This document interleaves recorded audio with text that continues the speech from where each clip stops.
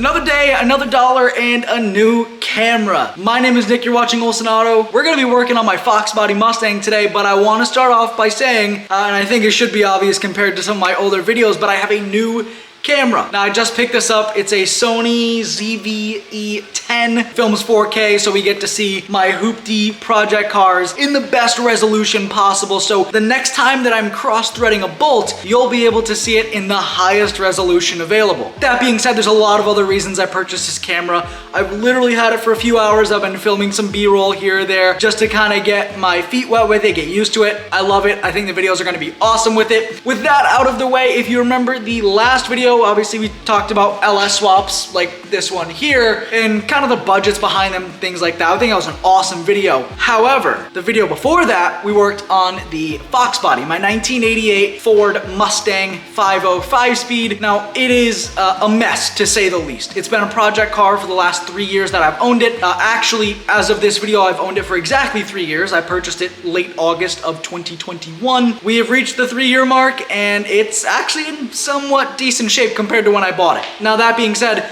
we have a lot of low-hanging fruit we're gonna take care of in this video, but we're on a time crunch. Like always, and like every car guy, we're on a time crunch. What I mean by that is there's a car show coming up this Sunday. Now that means nothing to you because you're watching this video on a Wednesday most likely. Sunday is 2 days away. Today is Friday night at 10:08. It's pretty late. We got a lot of work to do to the Foxbody. I made a list because I'm gonna forget if I don't make a list. I have to check the U-joint in the drive shaft. I wanna check the oil pressure sending unit. I bought a new one, so we'll replace that. Seat hardware, maybe put the door panels on if we get the time. Check timing, check fuel pressure, roll the fenders. What you all didn't see after the last video is I took the car for a quick spin down the road, and once I firmly bolted the fenders on, every little divot in the road, those tires were rubbing. Obviously, you know, pretty marred up the tires, so we gotta check that and roll those fenders. Check the spark plug wires, make sure they're not gonna hit the headers. They're kind of just loosely in place. Headlight bulbs, tail light bulbs, blinker bulbs, one reverse light bulb, and if I can, some tailpipes. Right now the exhaust does not exactly exit in the best place. Huge list of things to do. We're just gonna jump right into it. Yeah,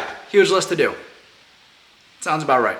So the few things with this new camera that I still have to get used to, it has like an auto stabilization, which my old GoPro didn't, or it did, but it sucked. So I have to hold the camera way further away from my face than I did before, but hopefully you guys notice it is much more stable. So I'm still gonna be getting used to how to actually hold this camera. Give me a little bit of leeway here. I might swap out lenses at some point. And of course, like I said, we are getting some better lighting in the shop here. Thankfully, this camera has fantastic low light, so I think we'll be good. Let's get cracking on the Foxbody here. First thing I want to take care of is on the back side of the Foxbody here. I'm gonna jack up the rear, throw some jack stands under it, and let's check out that U-joint. And just like... never mind. The editor said he didn't want to do these edits anymore, so... Wait, I am the editor. Anywho.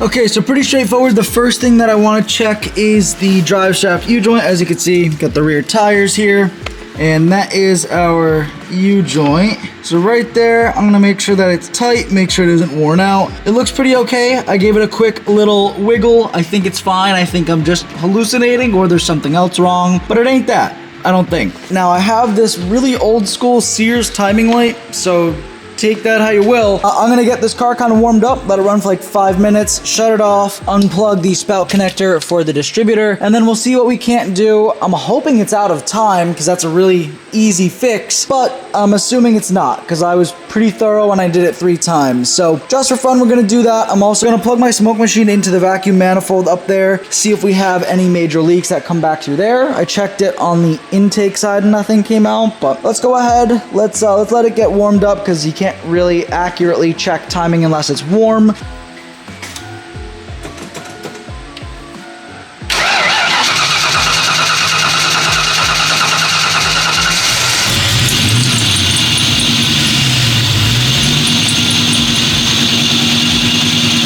Okay, so checking timing on an old distributor style car like this is actually really simple. So you can use a vacuum gauge. That's a better way to do it and see how much vacuum you pull. I just have a timing light gun here. So essentially you have 3 leads coming off of the gun. You have your ground, your battery positive, which I run to the alternator, and you have the number 1 spark plug wire lead. So I have all of that hooked up. I'm gonna go ahead and check timing on this and see where we are at. Okay, let's go and fire it up. We're gonna pull the spout connector out.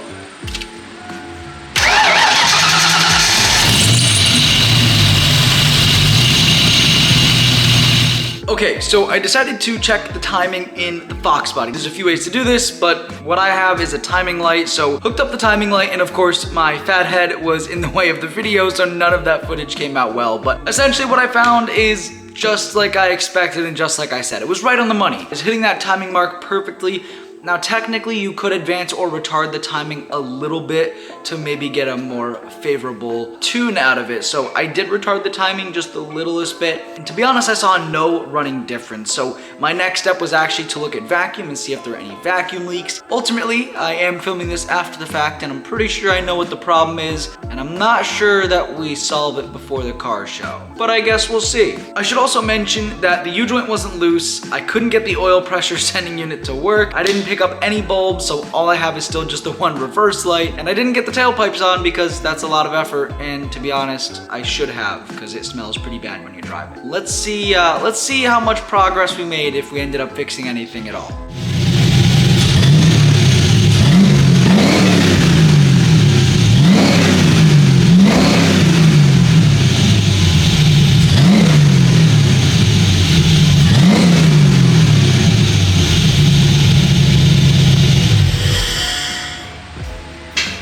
Once you get it past like that 1200 RPM like breakup, runs great, but it has that little burp, that little hiccup. You could tell when I first smacked the throttle. That does get exaggerated when you're actually driving the car, so that's not just something that happens here at an idle. It actually gets worse while you're driving it. So this machine is pretty cool as well. This is just a cheap online smoke detector. I think it was 40 bucks, maybe 60 bucks. You fill it with baby oil right through the top here. I have it hooked up to the alternator for a source of 12 volt. And then I'm running it into this vacuum manifold just to kind of get an idea. Let's go ahead and power this thing on. It does take a minute for the smoke to build up. And I guess we'll see if smoke starts coming out of anywhere. Let's make sure we actually have smoke getting produced. Oh yeah, we do. So you guys can kind of see that thing. Plug her back in.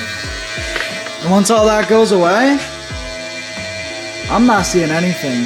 For my next trick, I am actually going to check all my plug wires and the plugs themselves, make sure they're not cracked. Now my plug wires, I already checked them. They seem to be fine. Gonna do 1 plug at a time, just move my way down. I still wanna make the wires look better, but for now I'm sure it's fine. So I'm just gonna kinda start taking a peek at the plugs, see if any of them are cracked, because that may be causing that weird little break up as well. Now, some old heads will say you can read the plugs by looking at it, smelling it, things like that. Looks pretty good. I mean, it's a little hot. So essentially, just looking to see if there are any cracks in the porcelain here. Now, it's not always gonna be the most obvious, so you really gotta look at these with a close eye and see if you can't find it. So I'm gonna do this with each of the plugs. I'm not sure if I'm expecting to find one that's cracked, but I guess it would be a pretty easy solution to the problem. Okay, so at this point, I have now checked every single plug and every single plug wire. I pulled out all 8 plugs, looked them over. Now, sometimes if there's a crack in the porcelain, you can't see it like with the naked eye. It's something that would be so microscopic you wouldn't even know. But as far as like a quick visual inspection, all of the plugs look good. I looked over the plug wires because if some of you may have remembered, when I had the small block 350 in the Firebird, I went through like 4 sets of plug wires until I double wrapped them with the heat protectant. The headers kept cooking them. But that being said, all of the wires looked great, which is really good because they're not cheap. All the plugs look good, which is great because they're not cheap. The problem that this leaves me with is I've checked timing. Timing's good. I know that my distributor cap looks good. I already checked that and pulled it off.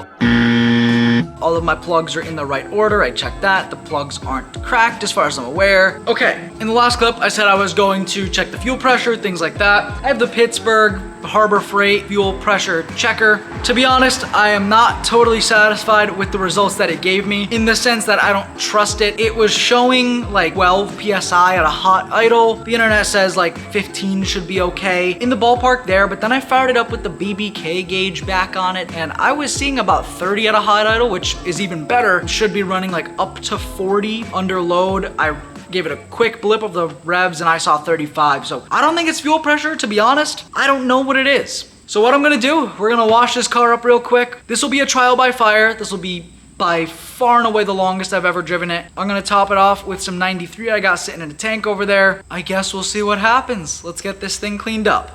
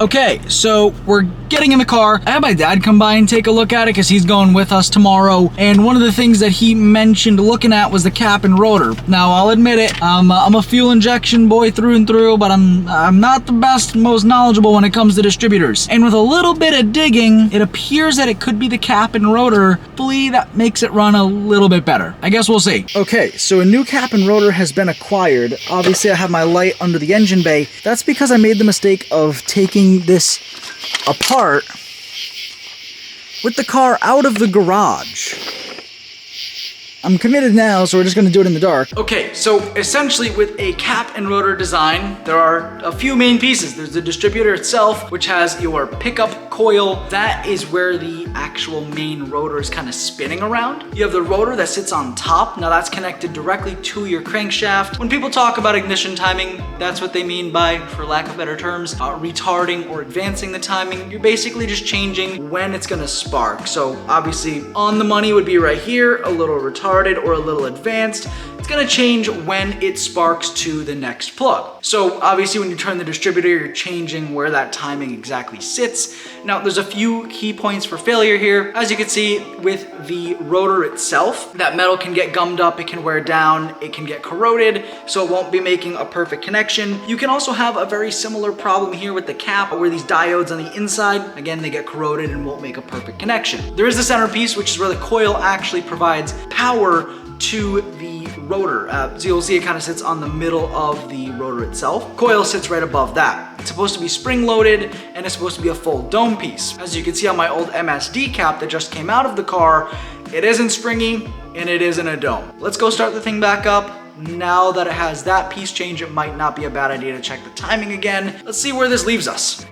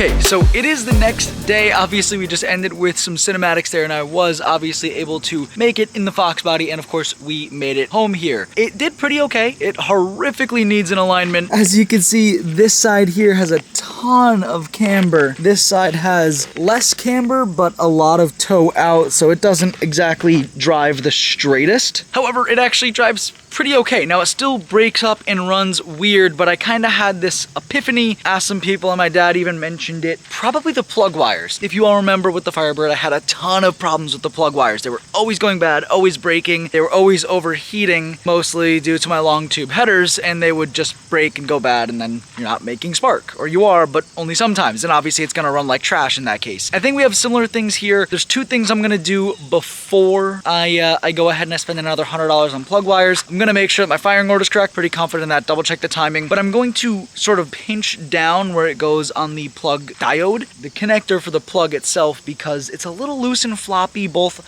at the cap and the plug side. So I'm gonna double check both of those, crimp them down with some pliers and try it again, because it could very well just be a loose connection. It could also be complete junk and I need to get new wires. Either way though, if I do need to get new wires, I'm gonna double heat shrink them with the DEI heat wrap and then the boots like I did on the small block Chevy and the Firebird. I'll probably do that anyway, but I'm hoping I can get by with just crimping down those connectors. But I'm gonna do that off camera. The next video is gonna be a Firebird video, so make sure you stay tuned for that. We're gonna be cutting some holes in the floor, because what's more fun than that? Make sure you subscribe and hit the like button. If you guys wanna see more Foxbody videos, let me know down below. I know I kinda neglected it for a while, but now that it's on the brink of being a running and driving car, I think we're making good progress, so I can't wait to see how it comes out. I'm gonna try my hand at detailing and correcting this on my own. I normally have Max from Rubino Auto Detailing do it, but I really wanna try my hand with this car. So we'll see what happens there. I might make a video out of it. But thank you guys for watching this one, and I'll see you in the next one.